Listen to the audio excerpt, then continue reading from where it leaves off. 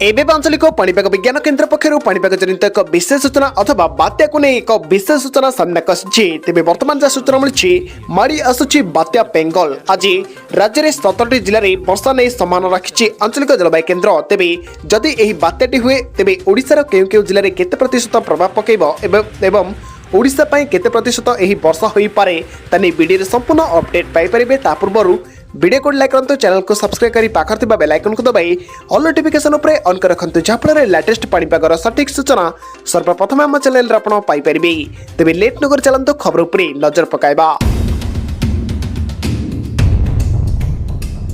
तेबे वर्तमान जहाँ सूचना मिली दक्षिण पश्चिम बंगोपसागर में सृष्टि होता गभीर अवपात घनीभूत होता बेले क्रमशः बात्या रूप नेबाकू जाउछि। बात्यार ना बेंगल रखा बेले यह तमिलनाडु उपकूलवर्ती माड़ी आसुथिबा समान रही। तेबे बात्यार सीधासलख प्रभाव ओडिशा रे पड़ नथिले मध्य अधिकांश जिले में कोहला पाग सहित हालुकारू मध्यम वर्षा हो सारी।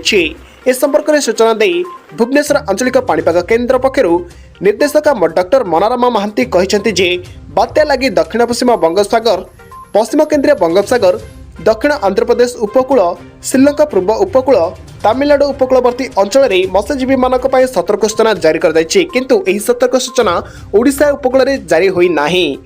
तेबे राज्य में सक्रिय रहितिबा पाणीपाग नियम अनुसार पवन बहिबार दिग बदलिछि।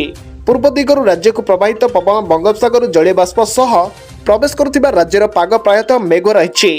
एहासह किछि स्थान में हालुकारू मध्यम वर्षा होइछि। शनिवार मध्य प्राय 5टी जिले में हालुकारू मध्यम वर्षा देखा मिलता।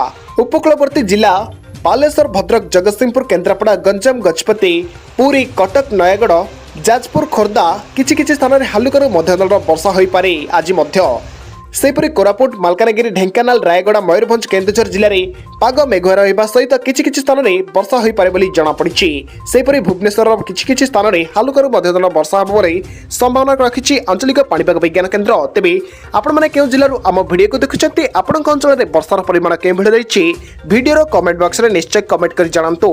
तेबे यह थिला आज मुख्य खबर। जदि वीडियोटी आपण मानक भल लागि थाए ताले वीडियो को लाइक करंतु संग साथी मानक सहित वीडियोटी को और व्हाट्सएप जरिए शेयर करंतु। जदि हम चैनल रे आपण अछन्ते प्रथम थर हम चैनल रे आपण वीडियो देखुछन्ते ताले चैनल टी को सब्सक्राइब करी पाखर थिबा बेल आइकन को दबाई ऑल नोटिफिकेशन उपरे ऑन कर रखंतु जहाँफल लेटेस्ट पाणीपागर सटीक सूचना सर्वप्रथम हम चैनल रे आपण पाई परिबे। वीडियो रिपोर्ट मिलन ओडिशा।